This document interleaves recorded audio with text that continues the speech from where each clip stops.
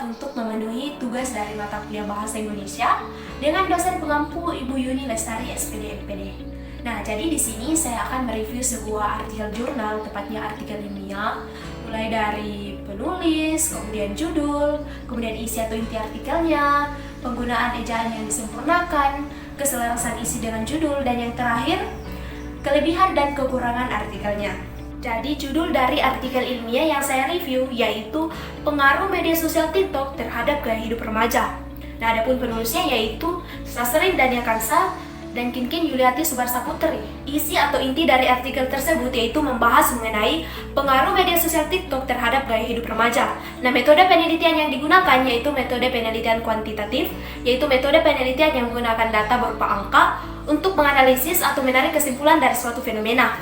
Nah, di dalam metode penelitian kuantitatif tersebut terdapat metode survei dan mereka mengambil populasi atau objek penelitian yaitu dari mahasiswa Ilmu Komunikasi Angkatan 2019 Universitas Negeri Jakarta. Nah, hasil dari penelitian tersebut membuktikan dan menyimpulkan bahwa media sosial TikTok memang memberikan pengaruh terhadap gaya hidup remaja karena mudahnya mengakses informasi ataupun hiburan dari aplikasi tersebut.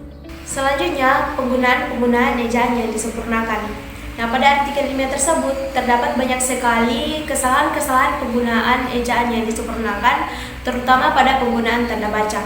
Nah, di sini saya akan menjelaskan beberapa kesalahan-kesalahan penggunaan EYD pada artikel tersebut, tetapi saya tidak akan menjelaskan lebih banyak karena kebanyakan permasalahan atau kesalahannya itu terletak pada penggunaan tanda baca seperti tanda baca titik maupun tanda baca koma. Oke, baik, saya akan memulai penjelasan dari bagian pendahuluan terlebih dahulu. Nah, pada paragraf kelima, pada kata berita-berita harusnya menggunakan tanda hubung. Mengapa? Karena tanda hubung itu berfungsi untuk menyambungkan kata ulang, sementara kata berita di sini itu diulang sebanyak 2 kali sehingga harus menggunakan tanda hubung. Nah, kemudian kata nyatanya itu ditulis secara terpisah. Nah, seharusnya kata nyatanya itu tidak dituliskan secara terpisah karena ketika kata dasar bertemu dengan partikel maka biasanya itu digabungkan. Nah, kemudian pada paragraf ke-7 digunakan tanda baca koma setelah kata adalah. Nah, tanda baca koma di sini tidak diperlukan karena seperti yang kita tahu, kata adalah merupakan kata penghubung yang memberikan penjelasan sehingga tanda baca koma sudah tidak diperlukan lagi dan tanda baca ini akan mengganggu alur atau jalannya kalimat. Nah, kemudian pada paragraf ke-10 setelah kata pengaruh media sosial TikTok terhadap gaya hidup remaja itu seharusnya menggunakan tanda baca titik. Mengapa? Karena itu merupakan akhir dari sebuah kalimat. Kemudian selanjutnya yaitu hasil penelitian dan pembahasan. Nah, di paragraf pertama di antara kata variabel tunggal dan khususnya itu menggunakan tanda pisah.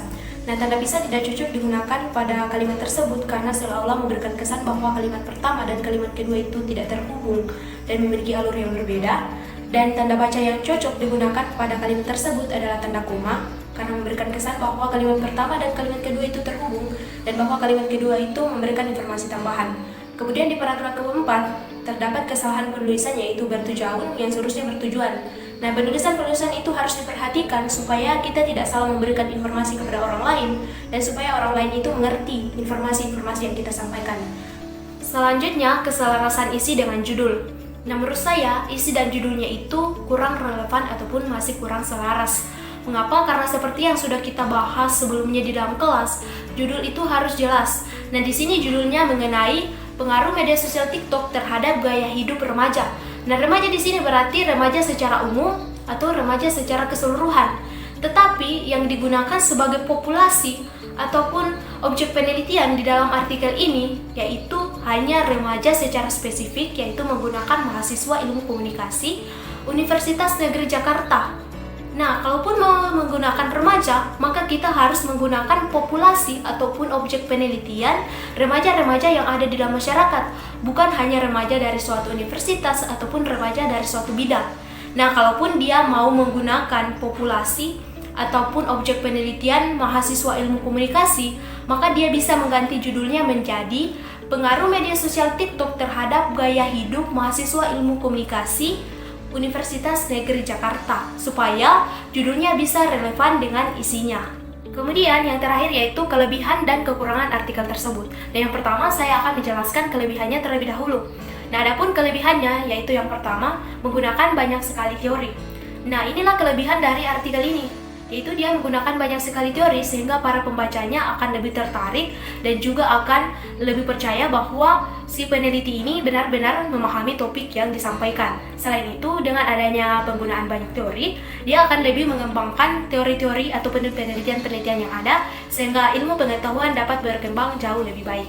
Yang kedua, hasil penelitian disampaikan secara jelas. Nah, si penulis juga sudah menyampaikan hasil-hasil penelitian di dalam artikel secara jelas, yaitu berupa angka maupun kesimpulan-kesimpulan dari hasil penelitian, sehingga mempermudahkan para pembaca untuk mengetahui bahwa memang betul media sosial TikTok itu memberikan pengaruh terhadap gaya hidup anak-anak remaja, dan juga sebagai wawasan kepada orang tua bahwa media-media sosial itu memberikan pengaruh-pengaruh kepada gaya hidup anak-anaknya sehingga mereka bisa lebih mengontrol dan mengawasi anak-anak mereka.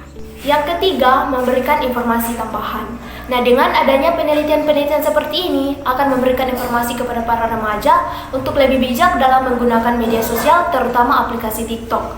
Contohnya, mereka bisa menggunakan media sosial untuk mengekspresikan diri mereka, misalnya dengan menggunakan video, tari-tarian, musik, dan mengembangkan talenta mereka, dan bukannya mereka mengikuti tren-tren yang dibuat orang-orang lain dan membuat konten-konten negatif seperti memperlihatkan bentuk tubuh, memperlihatkan baju-baju seksi yang mereka pakai, kemudian konten-konten tidak bermutu lainnya.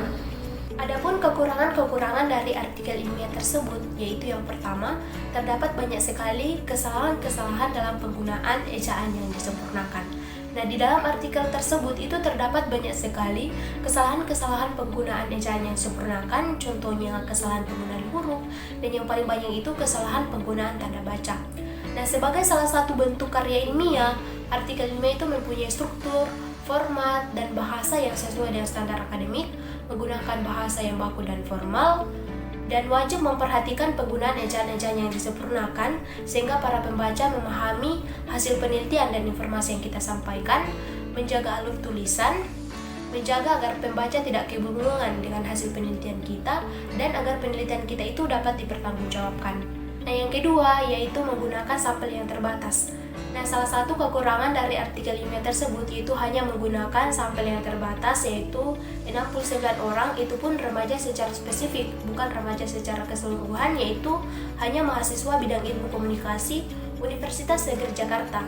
Nah, seharusnya agar penelitian kita itu lebih relevan dengan judulnya, kita harus mengambil populasi atau sampel dari remaja-remaja dengan latar belakang yang berbeda, misalnya SMP, SMA, atau bahkan remaja-remaja yang sudah tidak sekolah, agar penelitian kita itu lebih bisa dipercayai dan apakah memang betul media sosial TikTok itu memberikan pengaruh terhadap gaya hidup remaja secara keseluruhan.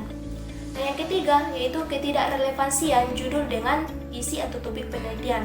Nah, seperti yang saya sudah bahas sebelumnya, judulnya itu kurang relevan dengan topik atau isi penelitian yang ada di dalam artikel tersebut. Mengapa? Karena judulnya itu membahas hal secara umum, secara keseluruhan, yaitu tentang remaja.